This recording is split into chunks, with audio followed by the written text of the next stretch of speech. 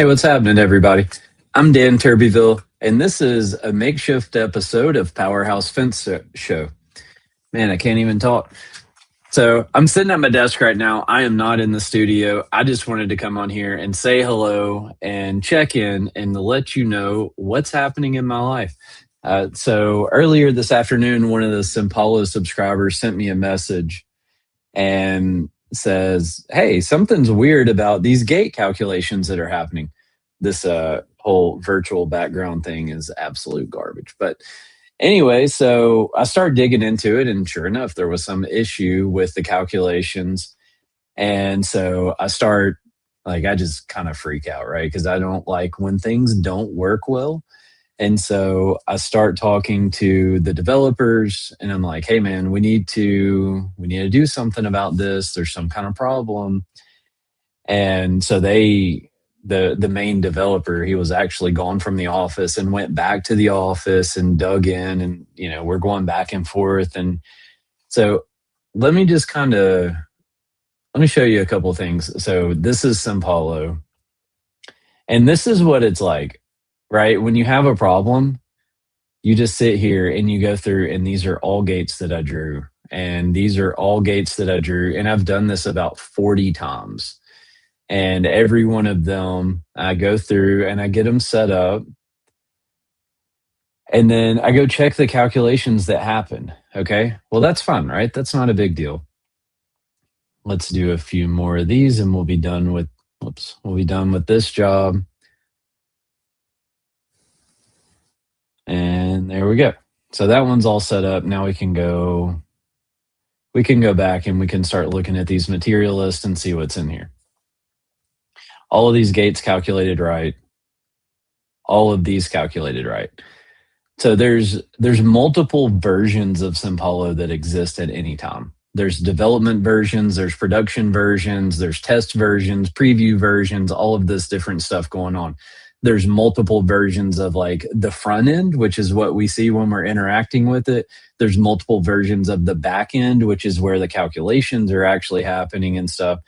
And so if you'll notice on this one, there's 5 of those gates and 4 of those gates, but one of these and one of these, right? And so there was some kind of problem where it was miscalculating the quantity of gates. Now, fortunately, what kind of gives me a little bit of peace of mind is that it did calculate more gates than what it actually would take to do the job, right? So at least if you're going to be wrong, I would rather be wrong that way, but it was still wrong. And so I've gone through, I think immediately when I dove in and started checking it out, I went into my customer's account and I tested what they had done. And then I redid the whole takeoff on the job they had done. And then I created another job and redid the whole takeoff in there and confirmed that all of those were wrong. So then I went into my own account, did the exact same thing again, confirmed it was wrong, opened an incognito window, ran through the whole process again, confirmed it was wrong. And then I start going through like all of these different versions, right? And so now I have to try to narrow down where the problem is. Was it in these changes we made in the front end? Was it some kind of changes that were made in the back end? Like, what is the problem that we're facing here?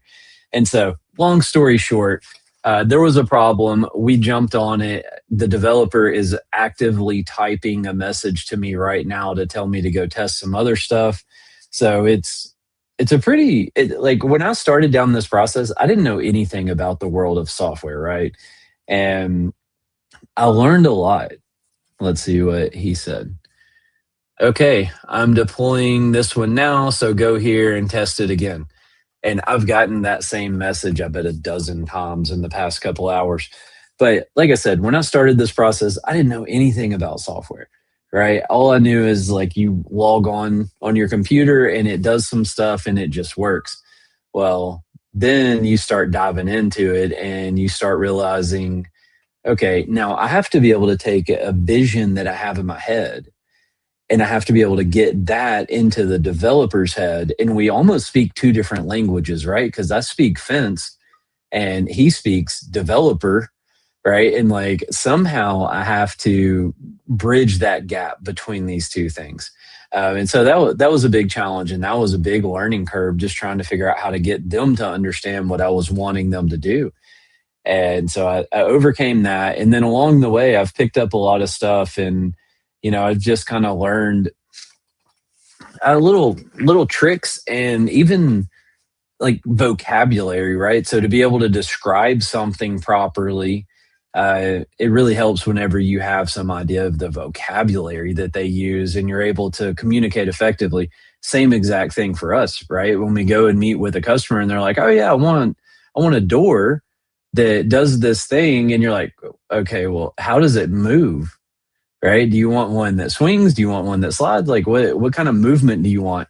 And then you get into the world of automation and access controls. And I'm like, hey, look, just tell me when you pull up to the gate, what do you want to do for it to open and what do you want to do for it to close? Kind of it gave me a different perspective on that relationship because that's the exact same thing that I was facing with the developers. But anyway, so going through that whole process, man, if you decide that you want to make some software, let me just tell you, you're going to spend over the course of, I think it was about 2 years for us to build this to get it to like what we call the minimum viable product. So the bare minimum that we could offer for sale. I think it took us about 2 years. And over the course of those 2 years, there's no telling how many hundreds and thousands of hours I spent putting products in here, testing it, figuring out it didn't work. And then sometimes like they would have to rebuild a database or something. And so it would wipe all of the products that I'd put in, everything else out of it. And then I would just start over, right? And so, like I said, over the course of those couple of years, like thousands of hours of my own time in building out products and configurations and testing and trying to run through every crazy scenario I can think of. You think, oh, well, you're going to draw a fence, right? Just draw a square and put a gate in it. Well, it's not that simple. What happens when you start having 3 and 4 way connections? And then what happens when you start, having to have two different types of fence connect together? And then you have a gate that connects two different types of fence together. And like you just start running into all these weird scenarios. And so that's another piece of it that I had to learn pretty quickly was like, think of the weird scenarios. And so that also applies to the fence world because now when I bid fence jobs, it just happened to me today. Somebody came to me and they were asking me some questions about a job that they were working on, and it happened to be in the basement of a building. I found out later. I knew it was inside a building. And I was like, okay, well, let's put so many days on there. And they're like, really? That seems like a little bit much. I was like, well, how hard is it going to be to get your material in there? Right? How far are you going to have to walk carrying that material? Because you can't just drive up to it. Right. And so we just kind of have to remember to think about those weird scenarios the same way that I did in this software world. I'm going to grab this link that he sent me and I'm going to go test a little bit while I'm talking to you here. And so, like I said, the same way that we have to, there you go. Look at all those. This is in one version of one account, and you can see how many different jobs I've created today and drawn the gates out over and over and over. And I'm about to do it again right now. And this is what you have to do because it may work, it may not. And so if you see this doesn't work, don't freak out. Things happen. And if it doesn't work, we'll go back and we'll do something else and try to fix it. But anyway, this is just the process. And so I thought I'd hop on and just share what was happening in my life today. And just let you know, I didn't forget about you. I'm still here. I know you're still there. I thought we were going to talk about contracts today, actually, because I've had several conversations with people earlier this week about contracts, and I thought it would be a good thing to talk about and just kind of do a refresher and go over some of the stuff that's in there again, right? Like the whole pay when paid stuff, and then the I forget what else is. Oh, insurance requirements was another big thing that we talked about, and so I'd had no time to prepare for that. All I've been doing for, like I said, the past several hours is just going through and setting this stuff up. And as I'm doing this, we're going to find out what happens. All right, I know this is probably not super exciting content to be putting out there, but this is what I had to offer. So now you get to see real life. And this is probably insane, right? Like, this is raw. I am real life testing something that may or may not work just right here live on the internet. Probably doesn't look that great for a software company to be testing stuff and it not working. There you go. Still doesn't work. Let me try one more thing and do it again.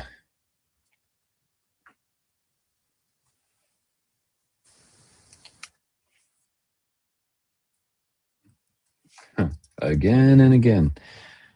Yeah, so I guess the point of this, if you're going to take anything away, or if I've taken anything away from my own experience here, is maybe just a different perspective and a different understanding for people who are maybe in the software world. And I'm not saying take it easy on me. I'm not worried about that, right? But yeah, I mean, for people that are in the software world, like, just remember there's so much time spent doing this, right? And they just sit here and they have to build and they have to test, and then we have to build and then we have to test, and then we debug and then we troubleshoot and then we test it again, and then we think it's right and then come to find out it's not. It's quite an emotional roller coaster at times, actually.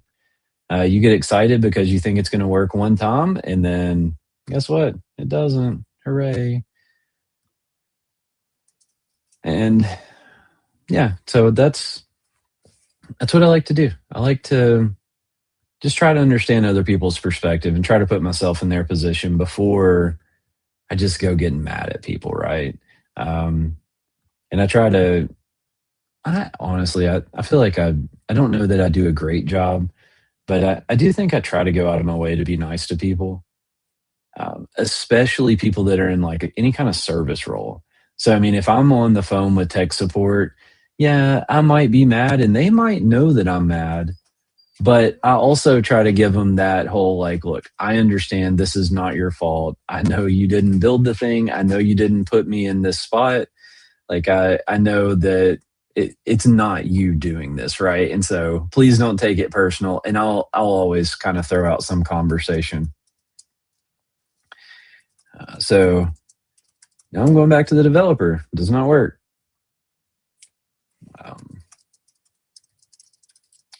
Two jobs and they were both wrong. So we're actually going to have some people from the development company. The name of the company is Cooley Tech. We're going to have some people on here. I think by the end of the week, we're supposed to have a time dialed in for them to come on, and we're going to do a recording and it'll air, so it won't be live. But I mean, big shout out to them, because I mean, right now this guy that I'm talking to, he's sitting at his house and like he's working on this thing. And I mean, I think they've been pretty great to work with, and they've always gone above and beyond. And I think, when I see that kind of stuff, I also just think, like, how can I apply that to my own business? And do we do that, right? Do we go above and beyond, and do we deliver more than what is expected, or more than the minimum requirement that we would have to deliver? And I would say they definitely have. In my experience, they have done that. So really, I'm happy that I chose them in the very beginning. And yeah, they're great. But we're working on it, right? And I mean, the other day it was, man, we were talking at probably, there you go. There's 3 different versions right there. That's one version. That's another version. That's another version. That's another version, right? So it's all these different versions that you have to run through and test. It's crazy. But anyway, yeah, we were talking the other day and it was like 9 o'clock at night. And I was like, man, it's like, can we go to bed now? Like, we can figure this out tomorrow. It was not any crucial issue like this. So who knows what this is going to take for us to get fixed. But that's pretty much what I have for you, right? Is I just wanted to hop on, show you what's going on in my world, and show you what I'm facing, and just let you know I hadn't forgotten about you. And I guess I'm sorry that I wasn't able to give you a proper episode, but I'm tied up and I'm doing this. And hopefully next week things will be okay and I'll be able to do a proper episode. And I will see you all then. Thank you.